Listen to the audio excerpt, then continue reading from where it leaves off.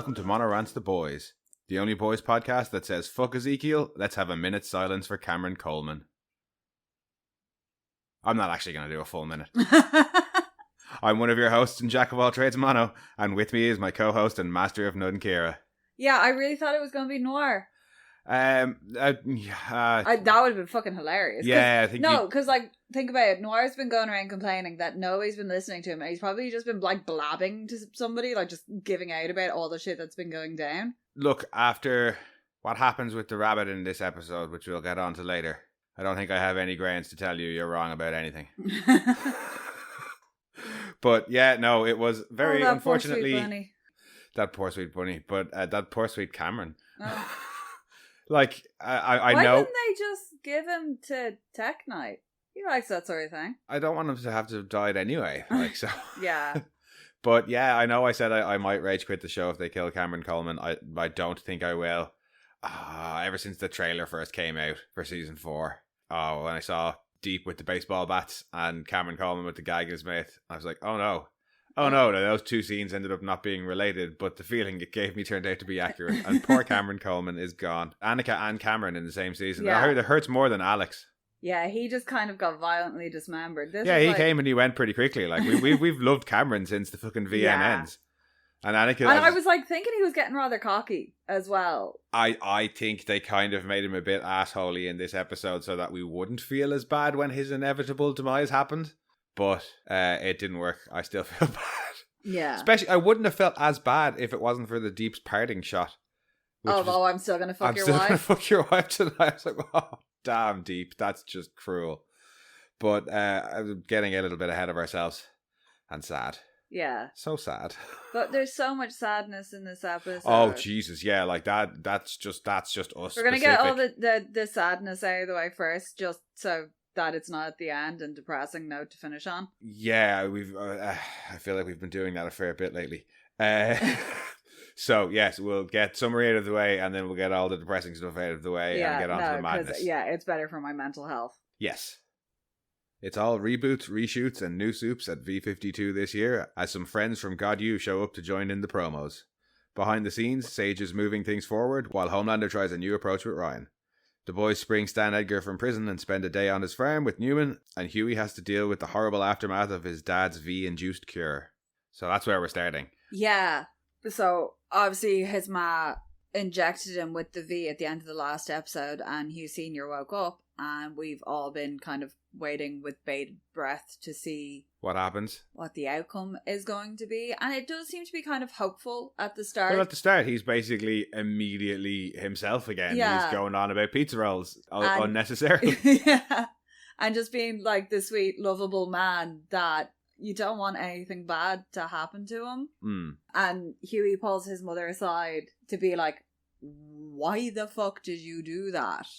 And she's like, oh, well, it fell out of your jacket. I saw you. Isn't that what you wanted? And he was like, it was, but then it wasn't. And she was kind of like, I kind of changed my mind at the last minute thing. Yeah. And she's like, oh, well, too late now. Yeah. And what's done is done. Hughie tries to tell her, look, the reason I didn't want to is because this generally doesn't end well. And yeah, he's like, it fucks up healthy people. But she's like, well, look, superheroes exist for a reason, so it must be good sometimes. And Hughie's just like, you cannot be that fucking naive. Yeah, no. Because every now and again she says things like, there's something about her that really doesn't sit right with me. And it's every now and again she says things that are just incredibly like stupid or ill-conceived. When he goes missing later, when he initially goes missing. And she's like, I thought he was with you. I thought he was with you. She just. There's no immediate concern. Yeah. Yeah, it takes a couple of seconds for it to kick in. Yeah, I don't. I understand that she doesn't grasp the gravity of the situation to the same extent that Hughie does by virtue of the knowledge that he has. Mm. Like, she probably knows as much as the general public do about it. Is that it's something that's was given to people? Maybe a little more because she's probably following anything to do with Hughie in the news than your average person. But it depends on what she's been exposed to.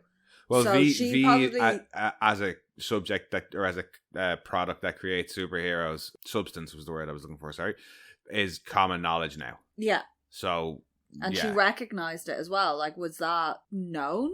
Because she was like, oh, it fell out of your coat. I'm sure in all the various news she stories, had to be there would have fairly been... fucking certain that was V and not just some random thing. Like, imagine if it was like a fucking minimalistic version of like a Magic 8-Ball.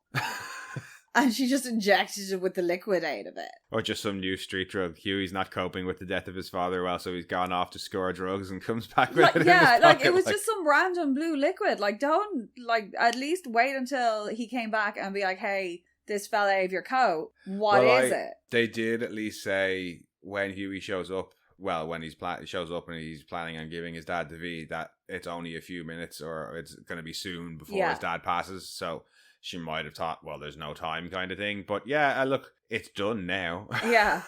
No one doing it. Just gotta wait and see what the horrible, horrible consequences are. Yeah, and you get the first hint of those consequences, not necessarily V related, in the next scene where they're talking about, well, it starts with them talking about the honeymoon. Oh, in Acapulco? In Acapulco, with the vomiting at the swim up bar. Which yeah, is just the whole... If you're going to vomit at any bar, that's the worst bar to vomit at. Had 2 twin beds. Yeah. It was fucking hilarious. And that it was just like a really divey place and people were getting absolutely trashed at the swim up bar and like vomiting in the pool. Which is disgusting.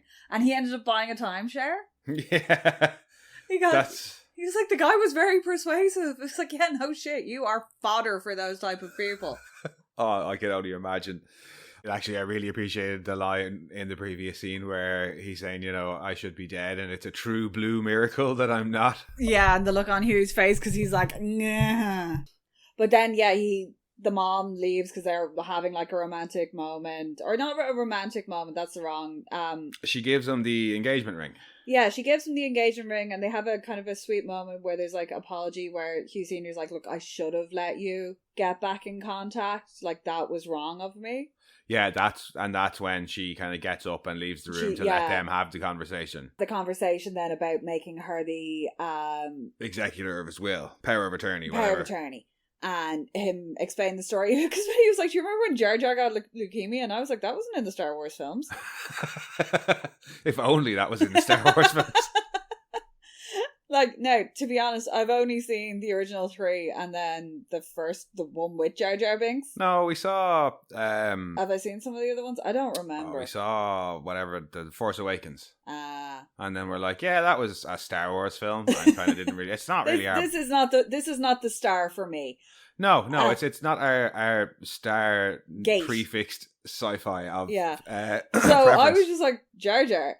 And then it turns out to be the cat. And I was like, oh, that makes so much more sense. And of course, that cat was named by a very nerdy child. Oh, yeah. And the horrible story about Jar Jar. Poor Jar Jar. And the kind and that being Hugh's reasoning and being like, look, I understand that you were 9 when that happened. But you're still that kid in a very important way of not able to let go of people. Yeah, and I didn't want to be... Like, you get the moment at the end where he's like, I just didn't want to be Jar Jar. Well, but the irony being, of course, that Hughie was very much on the cusp of letting go of him in the previous episode because he had decided not to give him the V. Yeah, because he has that little moment at the coffee machine where it kind of hits him, where he allows himself to give in to the emotion of the decision. Yeah. Well, the irony of the situation is he's the one who ends up having to make that decision and being the only person able to act upon it. At the end, then. Yeah. But it's when they're having that conversation that Hugh Sr. is like, where's Daphne gone? Yeah. And Hugh says, oh, she's just gone to the bathroom, remember? And he's like, oh, yeah. And you can see it from his reaction that he does not. The first bit of worry I had really took root. I was like, oh no. Yeah, this probably isn't going to end well. Oh no, I don't like this. And then, Hughie comes back later on with coffees. And that's when he's gone missing. And he's like, where's Dad? Daphne's like, oh, I thought he was with you. And he's like, no. And she's like, what do you mean no? Yeah, and they get up and they go looking for him and find him quick enough, but find him in...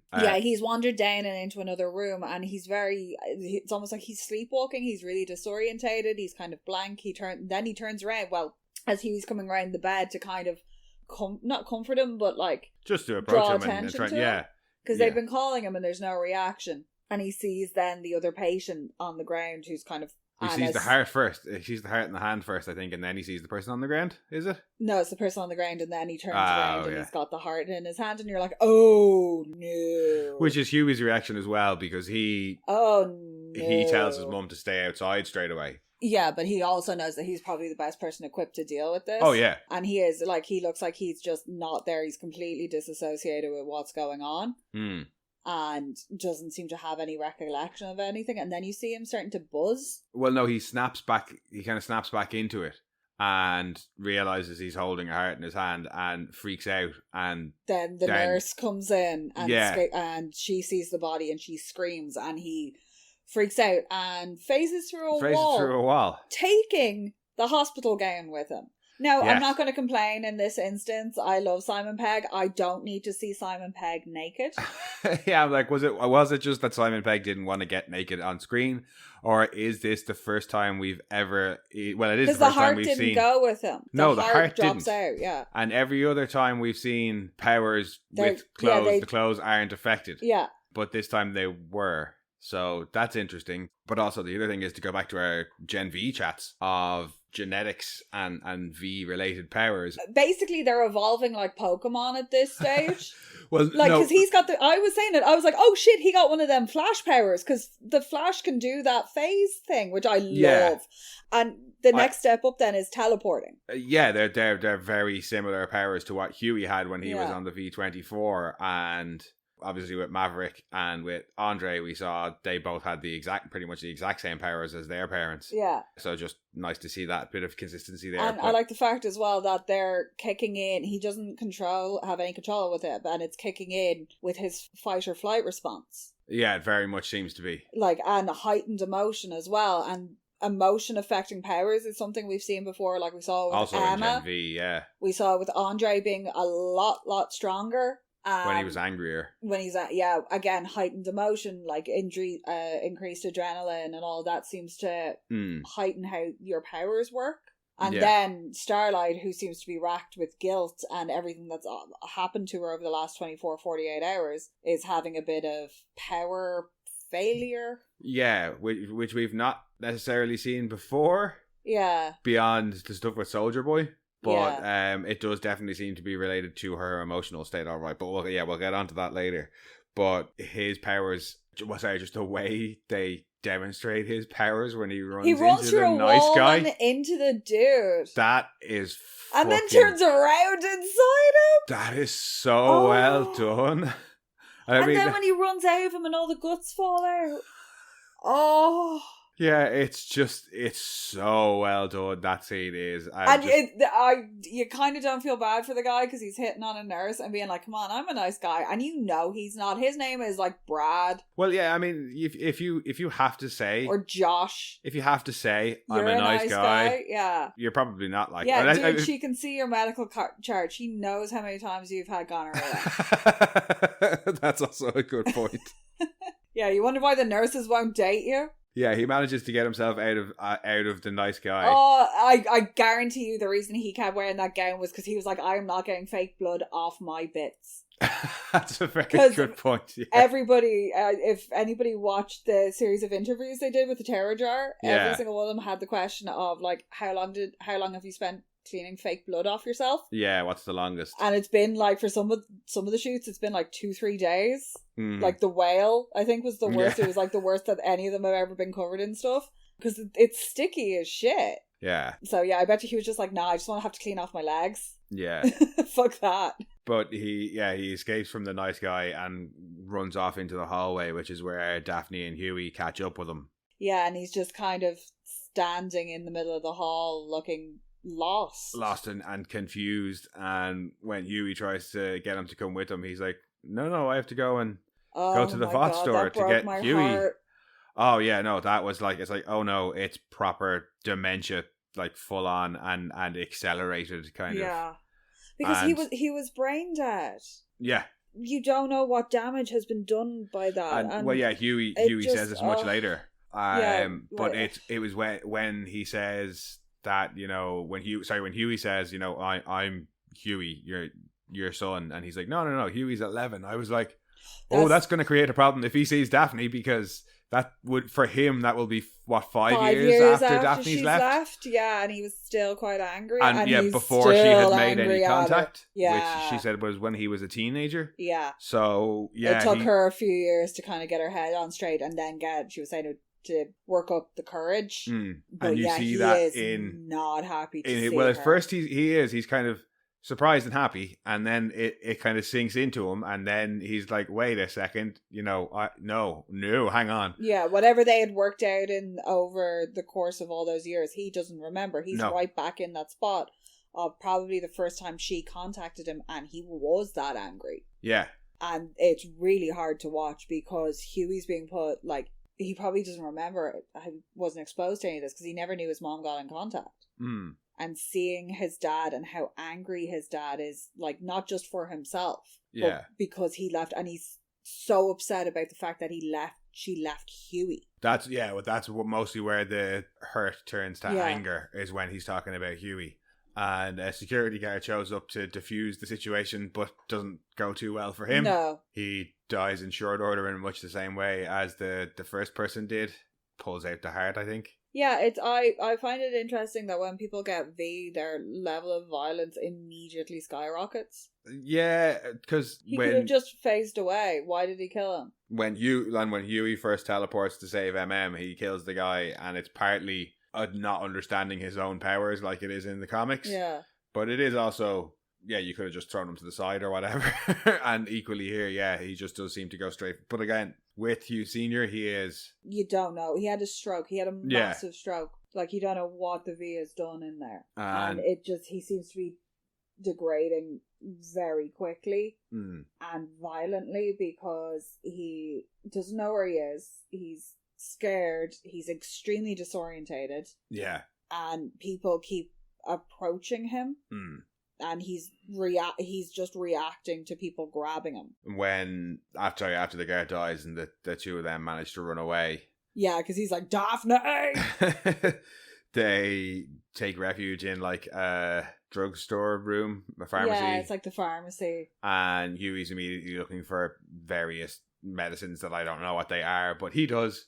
Courtesy of Frenchie. Yeah, because Daphne's like, how are you so calm? And he's like, well, I've had to deal with a few situations like this before. Yeah, well, like she presumably she knows he worked for the department of... The FBSA. Yeah. Yeah, but she doesn't know any of the boys related stuff, no, I'd say, or not in any like detail. He was high up, he was like well publicised as being part of the department, and their whole thing was dealing with rogue soups, so she probably just assumed it was like, oh... they know like sedatives and stuff. Or well, no, because she's surprised by all that. I'd say she probably thought what he was doing was all like subpoenas and court orders and fines and stuff, not like drugging them, not drugging them and killing them. Making them OD in giant bags of cocaine. But he's saying, this might slow him down or work against his powers. And Daphne's like, well, what if we can't stop him? Yeah. And Hughie's response is that he won't let anything happen to her. Which is interesting because he seems to be softening towards her. Yeah. And... Oh, yeah, because that was the whole thing that she said to him. She was like, you already lost one parent. I couldn't let you lose another. Oh, as to why she gave Hugh Sr. the V. Main reasoning for giving him the V. So, yeah. They have some shit to work out, but he doesn't really want his last memory of his dad to be killing his mom. Mass murder. Yeah. Mass murder capped off with killing my mother. Like, he's kind of probably looking at it like she didn't know any better. Yeah, no, I think given everything she has told him, he is definitely softened to her. And if he hadn't, he wouldn't have taken the ring off her earlier either. No. Because was funny when she's like, lock that shit down. Yeah, because that's his hesitancy is not over the fact that the ring is coming from her. It's over the fact that he doesn't think that he's ready for marriage. Yeah. But as they're in that room, Hugh Sr. finds them again. Yeah, he comes through the wall. And is very much about to kill Daphne. Hughie gets in between them and kind of convinces them that he is Hughie. He's like, he tells him this story. That kid. Remember, I was short 8 books or whatever. Yeah. And you said that you'd get me my favorite hero, but all along you were my favorite hero. Yeah. Because Hugh Sr. has the ramble in the hallway about, he calls it an action figure, but it's a doll. It's a doll. It's a doll. And then saying that you're my hero. Oh, crying. Yeah, but just when Hugh Sr. kind of snaps out of it there. That whole bit when he's like, I remember who you are, when Hughie thinks he's starting to lose it again. Yeah. When Hughie goes to hug him and he steps back, he's like, no, it's me. And he's like, no, I know, but I don't want you to touch me because there's something wrong with me and I don't know what it is and I can't control it. Yeah. That acting there from Simon Pegg, well, throughout the whole episode, but in particular that scene there, he's just fucking amazing. Like, MVP Everything, of like, this episode, I think. From him turning around out in the hallway, from that point on, I was just riveted.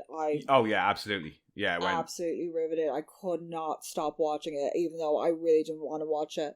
I really didn't. I was so torn watching that. It was so heartbreaking. When he was in a coma, there was a chance he was going to come out of it. When they gave him the V, it was like, he has to die. Yeah, I see no possible future for a lovely, nice Hugh Sr. to be able to go and just live out his life as a V'd up person. Like, it's just not going to happen. He's going to have to die some way. And yeah, this was how they did it to us, and it was heartbreaking. Yeah, and having Hughie be the person who has to administer it as well and make that decision, and that final conversation that they have about it. Hughie saying, don't want him to live out his days like scared and confused in prison or an asylum, or having killed a whole bunch more innocent people. And Hugh saying he's right.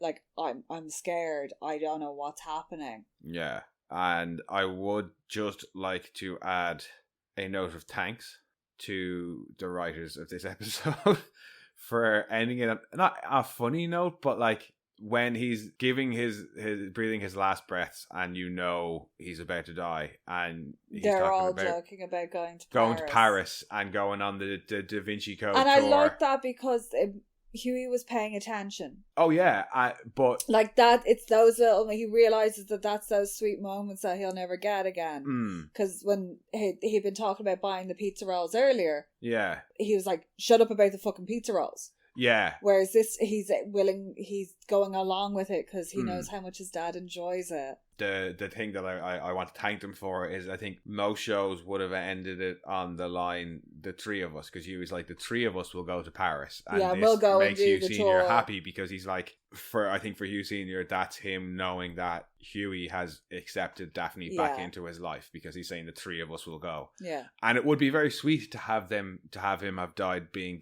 his last line, but his last words are actually Tom Hanks, which I just thought was fucking hilarious. And I was like, because that was a hard scene to watch. I was fucking crying. That was tough. That was crying. Heartbreaking. And then just for them to have go, right, look, we'll give you a little, like, his very just last Tom words Hanks. are Tom Hanks. I was like, that's not even funny. I appreciated that little bit of writing there. And yeah, that's the end of Hugh Sr. As well, because you had the acceptance, like with Hugh Sr. saying, no, he's right. It's also him accepting the fact that Hughie can make, and he acknowledged the fact that he can make these big decisions. No, well, and Hughie says to him, he says, I'm not going to hold on to you. Yeah, you can just go before now. he goes, like, yeah. You know, it was also that. So there was a nice bit of closure there. It was just a really horrible way to do it. Well, I mean, that's now going into episodes of things that I kind of maybe skip through. Like, we watched this fucker 3 times. I know. I have like. Yeah. Like there's like Jurassic Park in Futurama. Can't watch it. Yeah. Cannot watch it. That one with his mom where he gets the memories in Futurama. Can't watch that one. That's okay. You have a pretty hard time with Timothy. I have a hard time with Timothy. I have a really hard time with the episode where Janet dies in Stargate. Yeah. And we actively skip Sunday in Stargate. Yeah, Atlantis, and I can't watch Sunday either. Like, we said it before, nobody gets a happy ending in this show. No, but I really would have liked him to, like, just have died very peacefully. Well, he did kind of. Killed a bunch of people first, but his actual death itself was, yeah. But at the same time, he gets to wake up and get closure with his estranged wife and his son before he dies. So that's nice. The murder, not so much. No, because they had the picture. Remember, they had the spoiler, context-free spoiler last week. That was for last week's episode. I know, but they had the fucking drugs don't work playing over it, and the lyrics are the drugs don't work. It just makes things worse. And I was like, no, oh fuck no, what's gonna happen? This is bad. I don't like this. No, I saw one of those bastard spoiler accounts months ago posting about on-set photos of what looked like a funeral. Yeah. And that it was presumed to be for Hughie Sr. and it was like potential spoilers, and I was like, that's some pretty fucking big potential spoilers right there, you assholes. Yeah, could you fuck so I had off an with inkling that was coming too. But also, given everything else that happens in this episode, it really drives home the chaos that V is having. Oh, everywhere. Even when you think this is like the stuff that they have that's safe, it's not an experimental form, it's still wreaking absolute chaos because you just can't use it willy-nilly. This may be the reason why Vought used to inject it into only babies. Yeah, and because there's probably only healthy babies. Yeah, because like you saw how quickly he deteriorated. Like it was the... Well, also, if it is it fucks with your brain chemistry thing. Yeah, which it seems to be doing. Better to inject it into a baby whose brain chemistry is only kickstarting, you know? But yeah, no, I thought it was a pretty, like, as it was tough to watch, absolutely, yeah. But as a send off for characters go and as a character death episode, just their scenes alone were fucking riveting, like it, because it doesn't take up that much of the episode's runtime. But you get so much from it. No, it's very powerful. I cried like a babe. But on to sillier things. The V52 intro. Oh my god. With fucking Big Apache Chief. The blatantly obvious white guy in the fucking Native American gear doing the crime. No, I meant to look it up because wasn't the original actor, I believe he was Mexican? Mexican? Now correct me if I'm wrong, but he definitely was not Native American. No, but like at least they tried a little bit. Yeah, no, this is just a white guy. And I was just like, Apache Chief, but Harvey Birdman. Yeah. You nupchuck. That's it. I can't remember what his thing was, just, you know, that he spilled coffee on his crotch. And who loses their superpowers to a stinking cup of coffee in the crotch? Nothing further. Nothing further. Have they tried that yet? What? Throwing coffee on the crotches of superheroes? Worked for Apache Chief. I don't know. But we get the kind of intro role for V52, the absolute piss take of Disney's D23 Expo with I think an additional jab at the new 52. Yeah, it was a bit just of everything because like Disney own Marvel now, so like that was all this state, you know, the movie phases and stuff like that. Maybe they just felt like they were picking on Marvel too much and they were like, we'll pick 52 so that we're also making fun of the new 52. Yeah. But yeah, it's supposed to be the D23 Expo. It's their Disney only Comic Con type thing, and Vought are also doing it. Well, in fairness, Disney like IP, the umbrella is huge. Yeah, but it's an equally bullshit corporate event like you see here, and just it's just to talk about that side of it, like all the movie titles that come up in the various phases. They're fantastic. Fuck, just before we recorded, Eric Kripke released a high-res image of it on Twitter so you can read all the titles perfectly. Fucking Tech Night! The first Tech Night film, the logo looks exactly like the Batman. Or do you mean actual Tech Night being in the episode? So now it's time for a reboot. Yes! I love Tech Night. A year ago. And his thing about plumbing the depths for something else, and what was it's got a 12-minute pitch black sequence. Yes, brilliant. Oh, so good. Come on, in fairness, I love Doom because of that 3-minute first-person shooter sequence. I will watch the shit out of that. Well, yeah, but there's actually something to watch. Yeah, there. Sure. 12-minute complete pitch black sequence. Fucking brilliant. Yeah, there's so much good shit in there. But there's some tension between... It's hosted by The Deep and Cameron Coleman, and there's some tension. There's some tension going on. I think, is it when the first bit that you see, the hint that you see of that is when they're doing their very first introduction and they pause to do the moment of silence for Ezekiel. And he looks at Cameron and is just giving him this filthy look, and Cameron's like, okay, that's the first hint of it that you get. And then we see Homelander backstage having... Freakout's probably not the right word, but not having a great time either. He's kind of flashing back to what he did, what he just did in the bad room. And he's kind of seeing what was going on, and it's like moments of him as a baby and stuff. And Sage rocks up and is like, "Hey, good trip home?" Yeah. And he's like, "Shut up." He doesn't respond at all. So she's like, "Look at them all out there, you know, eating out of her hand, bread and circuses," and also no response. So she's just like, I'm gonna leave. Okay. That's where we're at today. Yeah. And I think after that is where we get the talk of the first couple of phases. And we see... because they're going to go through them in exhausting detail. And the first one that we actually see is the trailer for Firecracker's first movie. Oh my And god. She wore them short shorts to church. I think that's supposed to be... Do you remember I got really upset when when Stormfront said to Homelander, she was like, "You found me," and I was like, "That's some bullshit. You don't get to say that. That's Annie and Hughie's thing."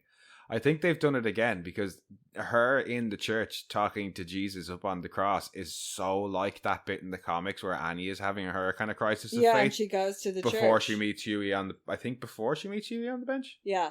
I'm not sure, but it's that bit where she goes to her in the Yeah, church. It's 'cause very she's like debating- what Firecracker's doing there. She's like, she's debating giving it all up. yeah, and leaving the 7. Yeah, and Firecracker's debating whether or not she has the strength to carry on. Yeah, against all the sinners, and I was like, that's a nice little A, nod to the comics, but B, now they're framing Firecracker as like a Christian version of how Annie was being framed when she first stood up at Vought. Yeah, because they're like, what was it going to be? It's the launch of their new like Vought Divinity channel. Yeah, their faith-based channel. And don't get me wrong, I love a good evangelical telepreacher.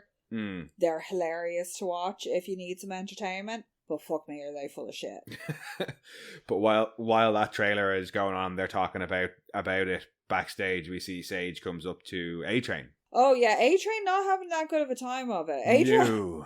Every time he looks around, she seems to be there staring at him, starting from this, because he's like, "Hey, you okay?" And she's like, "I'm still stressed about this leak." Yeah, and he's like, "You got any those leads?" files didn't just run themselves out, did they? A very deliberate choice of words, I'd imagine. And he's like, "Well, let me know if I can do anything to help." And she's like, uh-huh. And after that, I think is when we get a little bit more of our look at training A-Train. Oh, Jesus Christ, the hero and the story of a hero who taught a boy to run. Oh, fucking brilliant. I like the fact that in IMDb... myself. I absolutely pissed myself at that. Oh, no, sorry. In the credits, it's guest starring Will Ferrell as Coach Brink. The credits for the actual show, not the credits for the fake movie within the show. No, but the credits for the actual show. It's very, very funny, but oh my god. Yeah. Oh, I nearly fucking died. And then A-Train's like, this movie. Isn't it great? Woo. And you actually thought he was going to have a moment of being like, actually, no, this is bollocks. My brother trained me. Yeah, I thought for a second he was going to have a stand-up moment. No. But no, because when he's on stage talking about it, they cut back to Cameron and the Deep backstage. Well, Sage is watching him on stage as well, so he's like, gotta deliver my lines. Yeah. But we don't see the rest of his speech on stage because we see Cameron and Deep. Well, the Deep airs what his actual grievance is. Oh, yeah, he's like, you broadcasted I got shit canned off Crime Analytics. And Cameron's like, well, yeah, I have to. I was like, why don't you just blame Ashley? Just be like, here, I get the script off Ashley. Like, I just read what I'm told to read. Yeah, I honestly thought he would have gone for that straight away. Yeah. But even his reasoning is fair. He was like, "Oh, I have to bad mouth our side on occasion to appear biased or unbiased," and I was like, "You are not unbiased, you." But it's the tactic that's used. Oh, it is. I think it's partly that, but I just can't help shake the feeling that maybe it's just we are really fond of Cam, but I think a lot of people are fond of Cameron Coleman. Yeah. And that's another bit of it. Like, he doesn't really seem to care all that much that he has done this to the Deep. No, but do you remember, was it last year, all those Fox hosts had all of their messages, their private... Oh, about how they actually hate Trump? Yeah. I think it's a touch of that going on too. Yeah.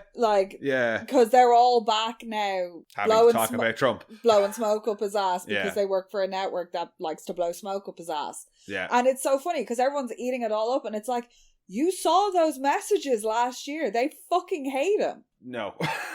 I don't want to talk about that. And I think it's a touch of that. Like, they all think that... Oh, it is, but I don't want to talk about the actual... works with them and all that he actually likes them. And no, he doesn't. And he's gotten all their dirty little secrets off Ashley because he turns around then. No, it's later on. Oh, when the Deep is like, hey, I'm texting your wife? Yeah, that comes later because they go on stage then with A-Train, who's just been talking about reshoots of reshoots finishing up. Oh, yeah, the reshoots of the reshoots are on this TV show are finishing up, so it's going to be the most expensive TV show ever. So you know it's got to be good. So I think that was a Star Wars. I don't know. I'm not up enough on the MCU or Star Wars to know like which that, of them specifically they were taking a jab at, but I'm sure there was a specific project that's had a load of reshoots recently. Yeah. But I don't know what that one's aimed at. But then we didn't know what Carvel was until last week. No, and then I found out what Cookie Puss is, and oh my god, that is a nightmare cake. We were rewatching Archer, and Carvel gets a few mentions, and I was like, hey, I get that joke now. Yeah, Google Cookie Puss, terrified, nightmare fuel. Yeah, Cookie Puss is fucking weird looking. Yeah, the Fudgy shit the Whale is is fine. that. What's the that other would one? have given me nightmares like as Hug a Me kid. Bear. That was a bit weird looking as well. But Cookie Puss is another level. Like, he's weird. Why is he called Cookie Puss? I was expecting know. a cat. So was I. Not a weird looking waffle. Especially when you've got Fudgy the Whale, Hug Me the Bear, and then Cookie Puss. Cat. Yeah, now I know Puss face. Bag Puss. Like, I think. But in terms of big ice cream sandwich in the shape of a cat face. That's what I thought it would be. Yeah, not just like your ice cream atypical, face. like roundy with the pointy ears. Like you can make a fucking whale. You can make a cat face. But that's not the only thing that gets lost in translation, because when they join him on stage, they start talking about the new diversity initiatives. Oh, at Jesus Vought, Christ! Black at it. Oh. And they show the new digital marketing. Oh yeah, our white viewers will see this, and it's like an IPA. An IPA. And then the black viewers will see what was it, peach flavored cognac, and the crowd. Not gonna lie, tempted. I like cognac, so nom nom. But yeah, no. I don't think it's necessarily the actual peach cognac itself, so much as the assumption. It's yeah. And yeah, it goes down like a bit of a lead balloon, and I like the fact that every time there's one specific thing about a hero on stage, and they cut to the crowd, yeah, and to the people in the cosplay of that there's character. Ezekiels, and there's all the Ezekiels crying, all the A-Trains cheering. There's some other ones there cheering, and then when that happens, it cuts to a black guy in a Homelander costume. outfit looking really, really unimpressed. Yeah. And a couple of people around the crowd being like, But then the Deep says the thing that we got confused by, which was a lot of people say get woke, go broke. Well, at Vought we say go woke, get yoked. And the two of us were like, get pilled? What? Like, yeah, I was like, what? Because a yoke. What? Well, a yoke is a coverall term here for a thing. So get me that yoke. Yeah, here, pass that yoke. It's also slang for pills. Yeah, it's what ecstasy is most commonly referred to as when I was growing up was yokes. Yokes, yeah. And being on ecstasy was referred to as being yoked. Yeah. I was yoked out with my head last night. Yeah. So I was like, go woke, get off your face on ecstasy? What? And then the only other possible word was yoke as in the thing you put on the animal. Yeah. And I was like, when you're talking about a black diversity initiative, you definitely don't want to be using that kind of language. Yeah, no. But again, I wouldn't put that past It was also Vought. like, if you get woke, what? Are you, like, enslaving yourself? Which also wouldn't seem like the message they would be sending. So we were really fucking confused. So I went to Urban Dictionary and found out it basically means, like, jacked, ripped, swole, muscular. Yeah. And I was like, oh, okay, that kind of makes a bit more sense. Definitely makes more sense than go woke and take a whole load of ecstasy. Dance the face off, love up on everybody. Well, I mean, true, yeah, you would be very Lovey woke. buzz. You would be very woke while on yokes. That's a very good point. You would love everybody and drink accept plenty of everybody. Yeah. Little PSA, drink plenty of water. So yeah, that's not what yoke means in Ireland. No, it really doesn't. And if anybody ever offers you a yoke in Ireland, just say no. Because they're probably stronger than anything you've ever had in your life, and you blow your face off. If it's a yoke that they offer you, if they say something about that yoke or the yoke over there, yoke. They just mean a thing. Yeah. Not drugs. All right, moving on. Yeah, very confusing. Had a few things this season that were like, we don't understand this. But another one of our favourite ancillary characters who's still alive shows up in Burke is... telling Ryan all about... He's very close to not being alive. Oh, I think he really is. Yeah, he's not helped himself. Like, he was funny in Gen V, where you found out that he was in the director jail. Oh, and he's still funny in this. You get the mention of it in this, where he's like, is this because of that thing with Minka Kelly? Yeah, because he's pitching to Ryan, well, telling Ryan what the show is going to be about and what's going to happen when he comes out on stage to do a super small 2-hour Q&A. Yeah. And I think Homelander can see Ryan's not into it and asks Ryan what he thinks of it. Ryan's no, like, I just like the fact that Homelander's like, super skill, is that the name we're going with? And they're like, it's the only name we could get cleared. But just the way he does it, he's like, it's the only name we could get cleared. Anyway, back to the pitch. He's rather full of himself though, because when Ryan says he doesn't want to do it, he's like, I'm just going to put on my horns and play devil's advocate here. It's like, with Homelander, really? You're going to play devil's advocate with Homelander? Like, I'm sure Ashley has told you in some of her stress fucking sessions with you what Homelander is like. But yeah, he's like, well, but we've put it. Well, sorry, Ryan says he doesn't want to do it. Yeah, Ryan's just like, nah, it sounds lame. I don't understand why I have to do it. Even the way Homelander says it to him, he's like, no, you have a choice. Tell me what you actually want to do. You. Like, yeah, I won't be mad at you. And we were like, fuck me. Did he have like some epiphany in his like weird fucked up regression therapy? As the scene continues, it kind of seems that way, because he makes Burke give him his Black American Express card and he just gives him his whole Jaguar, wallet. And then because he's like, give me your credit card, and he's like, here, just take my whole wallet. Yeah, but it's somewhat of a subtle point from Homelander as well, of like, look, you can give this kid anything. He doesn't want anything. The only thing he wants is to not do this. Yeah, he doesn't matter what you offer him. Yeah. You know? And then when he leaves later on, he's still got the car keys he and the wallet. Holds the car keys in his hand. Yeah, he leaves, and Homelander confirms their suspicion somewhat by saying that, yeah, look, I spent my whole life being manipulated, and I realized that I was kind of doing that to you too by trying to make you like me, and they were trying to make me the way they wanted me to be, and both of those things are wrong, so I'm going to stop doing that to you. And let you like make decisions for yourself and give Which you is choice. good and grown up, but he can't do anything completely right, because he throws in a couple of slavery comparisons there. Yeah, and it's like it's very much like being a slave. But yeah, says that no, as far as he's concerned, Ryan is the only one who matters, or whose opinion matters, and it's just the two of them on the world and nobody else, is as far as he's concerned. Yeah. And I was like, okay, I mean, this could be possibly a positive turn. Yeah, it was like, oh, maybe he actually did, like, he had a realization, like, that because he was so dependent on doing things to please them, that allowing Ryan to make his own decisions that does what makes Ryan happy regardless of how he feels. Yeah. Ryan won't have that weakness. And also, all these people who spent... And he also said that him and Ryan weren't human, and he was going to raise him to make sure he knew he wasn't human. And this seems to be the start of that. He's giving him choices, but he's very subtly steering him. Well, that's what ends up going down. But in the moment, it seems like he's starting to not regret what he did, but what his actions with Ryan there don't necessarily line up, I think, with what he had said about him in the previous episode. When it comes later on, it seems like once again he can't help himself and is actually pushing Ryan towards certain things. But Ryan's more receptive to it now, because he's like, what would you like to do? And he feels like it's his decision, yeah. Like, he is phrasing them in a kind of very leading way, but Ryan's the one ultimately making the decisions, calling the shots. Like, because you get to see the really awkward encounter between Bonnie and Burke, where she brings him in the waters, and he's like, oh, did you get my text? And it was like, oh God, get away from me. Yeah. You're not my supervisor. Like, Except he is. Yeah, Ryan has taken note of that, and Homelander's noted his concern in it, and he then goes on to use that later on. The way he does that with the milkshakes. We're getting ahead of ourselves now.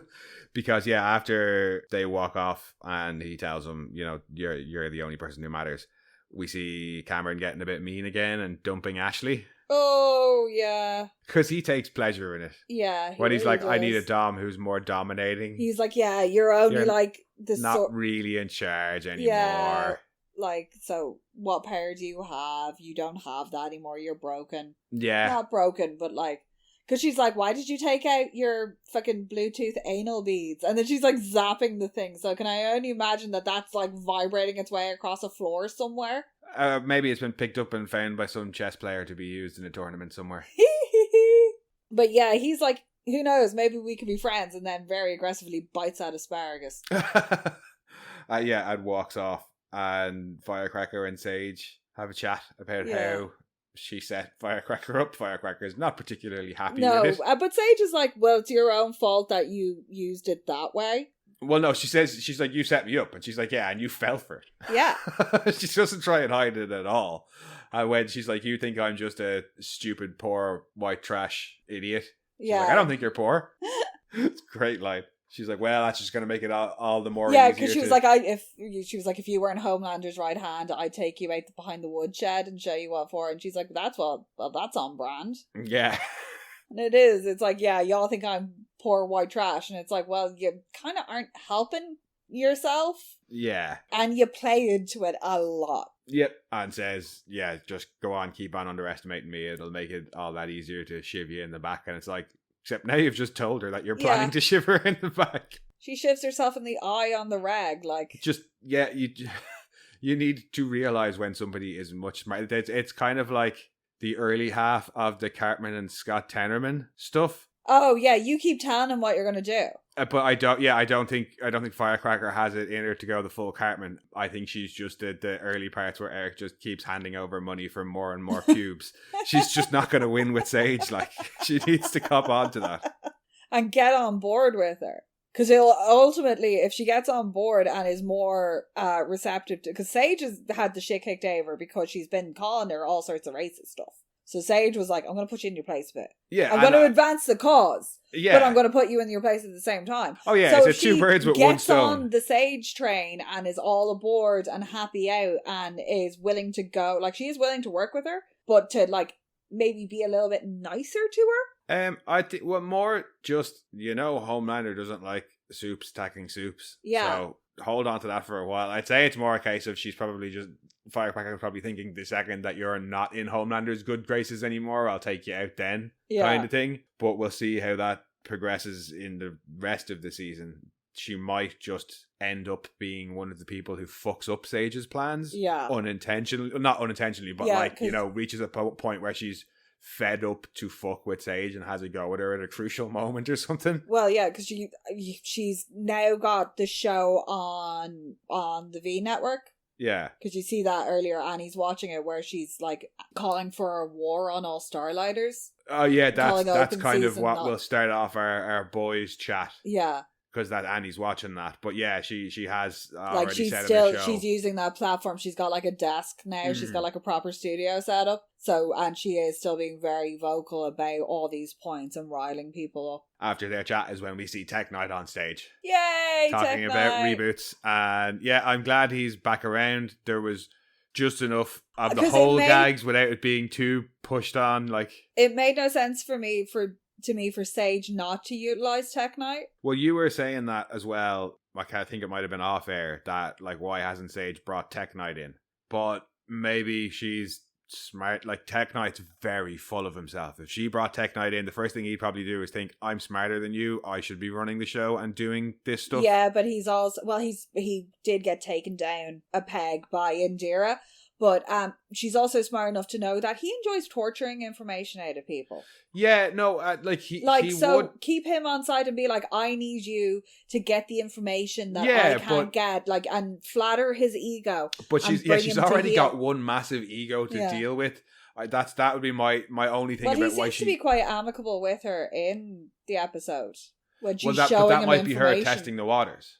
But in terms of bringing him in fully on all the plans, I think, his ego would be too big. Well, he's in the room later on, so... No, but he doesn't know anything more than what Homelander said in that speech. Yeah. He doesn't know that the two of them are literally planning a fucking coup. No, but he seems to be happy enough to go along with Homelander's he probably madness. would. But the point I'm saying is that if they brought him into the inner circle, his ego and misogyny would make him, and probably racism too, would make him think, I'm smarter and better than Sage, and I should be the one making the decisions. And that's only going to create conflict for Sage, and she doesn't need that. Yeah. So she might use him peripherally, but I don't think she'd bring him fully into the fold. Yeah. And yeah, that's what I think we're seeing later when she's showing him stuff in the notebook.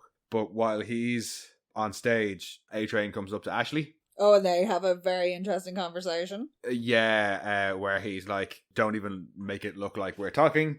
tells her that he's the one who leaked. And she's like, you made me fucking complicit. I have to go tell Homelander. And he's like, no, you don't. Yeah, because I know you've done more than just take a shit. Yeah. And we were immediately like, what's Ashley done? Is this reference to Maeve escaping? Because how would A-Train know about Maeve not escaping, but like still being alive? Yeah, because she told other Ashley to delete the footage. No, it was Annika. Oh, was it Annika? Yeah, we when we rewatched. Oh yeah, that was it. Annika was the one who showed her the footage.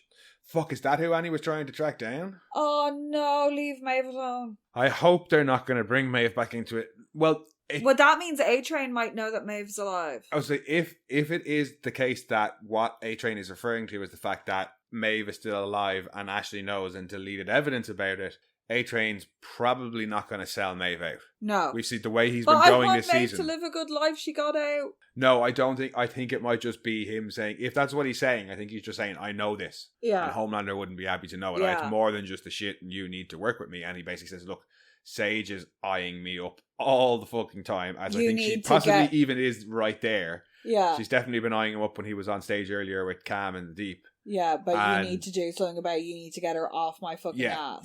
Basically, you need to provide her with a sacrificial lamb so that she stops looking at me. Yeah. And she looks like she's going to consider it.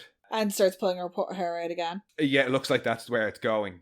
Deep and Cameron then have their more threatening conversation where the Deep's like, I'm going to go down on your wife and do it all night because I don't need to come up for her. Because I got gills. And not going to lie, that's a good selling point. Well, I mean, you know the old gag of I can breathe through my ears. Yeah.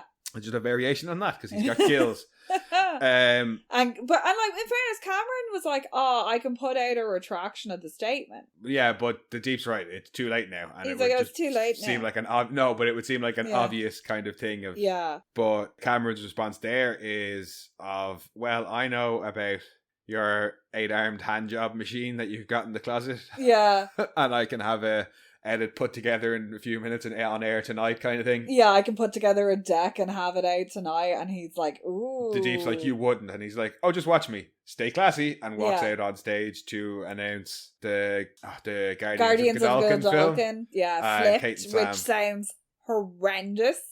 Kate and Freaky Sam Friday. Get body swapped. Poor Sam. That would not be okay for him. Could you imagine him, Sam, with his hallucinations, hearing voices? I want to see the full summary for that because one of the other things Kripke had just tweeted before we came on to record was the plot outline for each one of the films. Well, for one of them anyway. It was for the mall race one, Speed Oh Runners my god, 2 I'd or watch something. The shit out of that because it sounds like some sort of weird anchor. Go look it up. It looks fucking hilarious.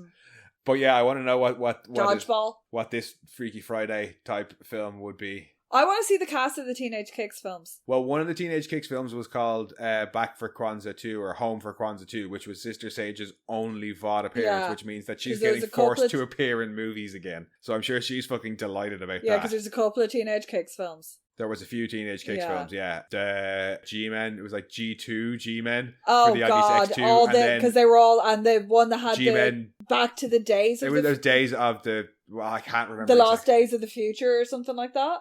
But yeah, piss take Days of the Future or something like that. Yeah, piss take of all the X-Men titles. Some of them were so good. The Deep one, though. Gods and Dolphins. Oh, no. Because Gods and Monsters is one of my favourite of the DCs. And I was just like, no. The animated DCs, it's a good one. It's a good one.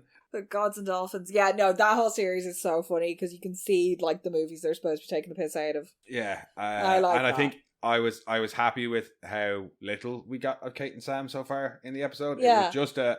Sam looked so uncomfortable. Yeah, he didn't look happy to be Kate's on stage. Kate's got a nice prosthetic arm.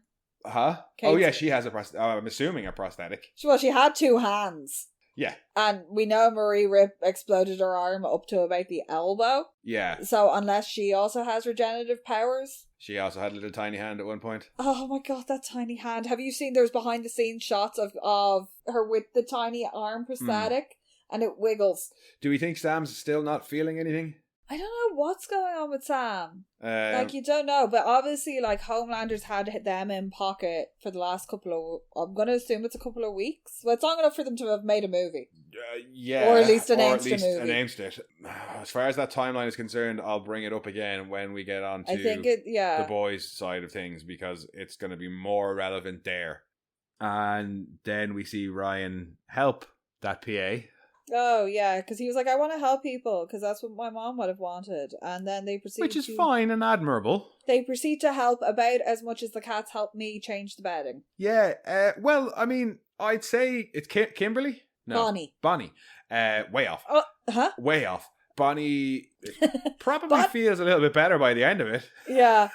Yeah, Bonnie's wanted to do that for a very long time. Bonnie wasn't just hitting him. Bonnie was hitting every single person in her life that has done that to her. At first, that was years and years and years of leery looks, snide comments, hands touching, like all that weird creepy shit that probably just from him as well. Yeah, but just in general, the amount of weird creepy shit that women have to endure on a daily basis. Because, you know, it's from superiors or whatever. And how many times have you heard me utter the phrase, I am so glad I'm not female? Yeah. Male privilege, absolutely have it. And I am fully aware of it. And she'd just been given permission to release that. At first, when Ryan is just saying, it's okay, you can tell me, she's like, well, yeah, I can tell you. And then I can get my ass fired by the director who's upset at the fact that I have outed his improper behavior. But then, as the scene goes on, and after that first slap, when she sees the reaction of Homelander and Homelander's son, she thought she was only going to get one, so she put a lot in it. No, I'm good here. There's no repercussions. It's time to go to town on this horrible fucking sex pest. She really does. Oh, yeah. And a little bit of me was like, go Bonnie! Even though I was like, really shouldn't be doing that. No, I mean, like, we've said it before, and I think it was in relation to this show, but that, like, violence is never the answer. No. But in this case... Sometimes it's just, but, like, him, there was something about the way he's, like, grinning, watching it, and then just drinking the milkshake, because he got the milkshake this time. Oh, I know when I last made that statement. What? It was in relation to Justine and Gen V getting punched. I was like, violence is never the answer, but Justine deserves to get her ass kicked. Immensely satisfying. And, Todd also, getting punched as well. Also a topic that's going to come up in the boys' side of things. But it's kind of scary, because at first you're just like, oh no, Homelander is once again influencing Ryan, but this time it seems to be having more of an effect. He does it because he's like, oh, I think he looks down on her. And he could have meant that he doesn't show her any respect because he is, like, in a professional capacity above her. Oh, that's what he meant. Yeah, but he also takes it as, oh, he's just looking up, get on your knees. The humiliation of it. Like, you should beg her. No, I think, Ryan picks up on that straight away. He's saying, Ryan's getting very good at time when people are lying. Ryan, he's always been good at it. He's always been good at it, but he's getting better, and he's not afraid to call people out on it, he's lying. I think that's going to be a very important thing for him, because it will mean that ultimately when he has to make the decision between Homelander and Butcher and good and bad, he'll know who's lying to him and who's not. Yeah, Ryan's been able to, like, fine-tune his powers by himself. Like, his awareness of how people's bodies react. His sensory perception is really heightened, because just being like, oh yeah, he's lying. He seems to be developing his powers very naturally. Yeah. In a way that presumably it didn't happen for Homelander, because we heard about his traumatic birth. And that fucking obviously his upbringing, was the whole point of it was to see what he could do, whereas for Ryan it was the exact opposite. So when his powers come in, they're natural. Yeah, but we've seen Homelander try and push Ryan into his powers, literally. And it not work. Yes, it did in a way, but not the power he wanted. Yeah, that's still one of my favorite fucking scenes of all time, was that push off the roof. But what worries me about that scene is the look on Ryan's face when he starts supping out of the straw. Oh, he's enjoying that. Yeah, and the fact that Homelander realizes, oh, hang on, this is the way to ease Ryan into my way of thinking. Sidebar, if you're on TikTok, follow Cameron Corvetti, because he's hilarious, and his whole TikTok is just taking the piss out of his haircut in this, because he's like, oh, I'm pretty sure Homelander cuts Ryan's hair. the fact that his voice keeps breaking in it, because there's that whole bit when they're talking about why do they have to do a teen drama, and it's all over the shop. God love him. Like, it just keeps going. Yeah. But yeah, he's talking about this scene in particular and just being like, I finally got my milkshake. He did finally get his milk. Homelander approves this time. And then all that's left is the scene I don't want to talk about, where we say goodbye to Cameron. Yeah. We see all the soups gathered in the room, and chatting. That's where Sage is showing Tech Knight something, and I want to know what she's showing him. Because he's like, really? Holy shit, kind of thing. And he seems to look across the room at A-Train, but I'm not sure. Yeah, but A-Train's paranoia. Like, is this just A-Train's paranoia as well? Yeah. Because then in sweeps Homelander to have, like, a marvelous declaration. Yeah, about how from now on they're going to have to do things slightly differently. They might not like the things they have to do, but it doesn't matter because they're going to be... They're not entertainers anymore. They're wrathful gods. Yay! Hooray! And to start, we're going to do an old team building exercise of killing this guy together. Yay! Somebody's been reading the Old Testament. Yeah. Woo! In comes the Deep with Cameron tied up and says that... Yeah, because A-Train's really shitting himself. He's like, we found the leak. Yeah, and we're going to plug it together. And I really hoped it would be Noir. It would have been funny. We see Firecracker was talking to Noir as well when... No, because I just had... Because Noir thinks nobody's listening to him, that he and nobody would believe him. Because he's not supposed to tell anybody he's Noir. They just go around blabbing shit to people. Possibly, but from Ashley's point of view, it might have been an easier sell to have Cameron take the fall because... I'm going to guess Homelander picked whoever was supposed to be the Noir. Yeah. Or Nor's already killed a guy for him in front of him. Yeah. So he might be a harder sell for Ashley. Ashley. So did A-Train. No, A-Train didn't kill him. No, A-Train, he just stopped him leaving. Because Black Noir is the first one to do it. Yeah. When your man tries to leave. Oh yeah, he's baseball bat straight to the head. But yeah, no, I'm just still hoping for like ridiculous death. Let's not forget, Ashley's just been dumped by Cameron. Oh yeah. So yeah. Revenge. Scorned. Not a good idea. I think Sage is watching A-Train again to see what his reaction is because I still think she knows it's him. I think she probably knows knew it's him, but she's interested because she can hold that over him. Yeah, I think that's it because I'd say Homelander came to her and said, I finally found the leak. Ashley's told me it's Cameron. Here's the proof. And she just went, okay, he doesn't factor into my plans right now, so I'll let him be a sacrificial pawn to possibly get some benefit out of having this thing on A-Train for future use. And as I said then, the Deep gives that last little one bit of a horrible line to Cameron about his wife. And I'm still gonna fuck your wife tonight. Then they beat him to death. Well, presumably to death. Well, yeah, we don't see it happen, but we hear it happen. Yeah, and Ashley's outside fucking... flicking the bean. Yeah, she's quite happy with herself. Yeah. We are not happy. No, we are not. Because Cameron is dead, and that sucks. And Ashley's just, I know she's kind of desperately clinging on to any shred of power. Like, she's basically back where she's actually lower than she was in season 1 when she was Stillwell's assistant. Well, she wasn't in mortal danger then. Yeah, and just getting files slapped out of her hands. Yeah. No, I think it's what A-Train said to her. Like, look, I'm going to take you down with me if you don't help me. Yeah. And Cameron was the obvious target for her because... He's just humiliated her as well. Like, that was the one thing she had control over. And he's like, no, you're not enough of a dom for me. I need somebody, like... who's actually got some power and like has some domination in them. And I don't think Homelander will have thought it through enough to be like, hey, this is the guy who's always like sucking up to me. He wouldn't do this. He's just like, it's a human. Time to kill him. Yeah. And and it serves the purpose for him as well because it's everybody shoots the chippy. Yep. Yeah. And he also throws out one of my favorite phrases, which is the greater good. Yes, the greater good. The greater good. Particularly in an episode with Simon Pegg in it. Yay! And that's all we get for the Seven side of things in this episode. And I think we may have to do a Herogasm and turn this into a 2-parter. Yeah, because the events of the farm. It's at least half the episode, and we've already spent an hour talking about this half. Everything that happens on the boys' side is fucking bonkers. Yes. So much like with Herogasm, we saved all the madness for the second part. We'll probably do the same here. Sorry, it's a two-parter, I guess, but like we like to cover things thoroughly. Yeah. We like to plumb the depths, as a certain character no. might say. Are you done now? Is that it? I hate you. Right, well, yeah, we'll leave it there, folks. Thank you for joining us, as ever.